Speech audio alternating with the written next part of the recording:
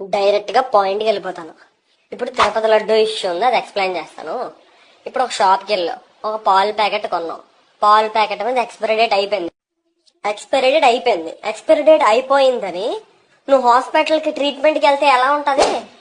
అదేంట్రా, పాలు ఇంకా తాగలేదు కదా ట్రీట్మెంట్కి వెళ్ళడం ఏంట్రా అంటే ఎంత ఎటకారంగా ఉంటుందో. 2 నెలల క్రితం నెయ్యి తెలిసింది బాగాలేదని, నెయ్యి బాగాలేకపోతే ట్యాంకర్ రిటర్న్ పంపేశారు. ఇది ఎప్పుడు కామన్ గా జరిగేదే. టీడీపీలో ఉన్నప్పుడు పంపేశారు రిటర్న్, వైసీపీలో ఉన్నప్పుడు స్టాండర్డ్స్ సరిపోతే వెనక్కి పంపేశారు. 2 months వరకు ఇది న్యూస్ లో ఎందుకు రాలేదు? ఎందుకంటే ఇది కామనే, బాగాలేకపోతే వెనక్కి పంపించడం కామన్, అందుకే 2 months వరకు న్యూస్ లోకి రాలేదు. 2 నెలల తర్వాత ఇప్పుడు దీక్ష చేయడం ఏంటి నాకు అర్థం కాలేదు. ఆ నెయ్యి వాడలేదు కదా, వాడినప్పుడు ఎవడ తిన్నప్పుడు ఇంకా దీక్ష దేనికి చేస్తున్నాడు? ఇప్పుడు చెప్పాల దీక్ష ఎందుకు చేస్తున్నాడని. వీళ్ళు బాయ్ ఫ్యాన్స్ తో గెలుక్కున్నారు. బాయ్ ఫ్యాన్స్ ఏం చేశారు, మనోడు పాత వీడియోలన్నీ తవ్వి తవ్వి తెచ్చి ట్విట్టర్ లో వేశారు.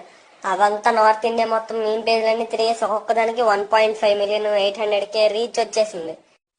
పాపం స్వామి వివేకానంద గారు మీట్ మటన్ తినొచ్చు అంటే మనోడు ఏకంగా బీఫ్ గొడ్డు మాంసం అని వెళ్ళిపోయాడు.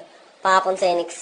అవన్నీ కవర్ చేయడానికి ఈ నాటకాలు. చివరగా ఒకటైతే చెప్తున్నా, ఫేక్ న్యూస్ నమ్మే వాళ్ళకి బతుకుతున్నారు, బతికేయండి.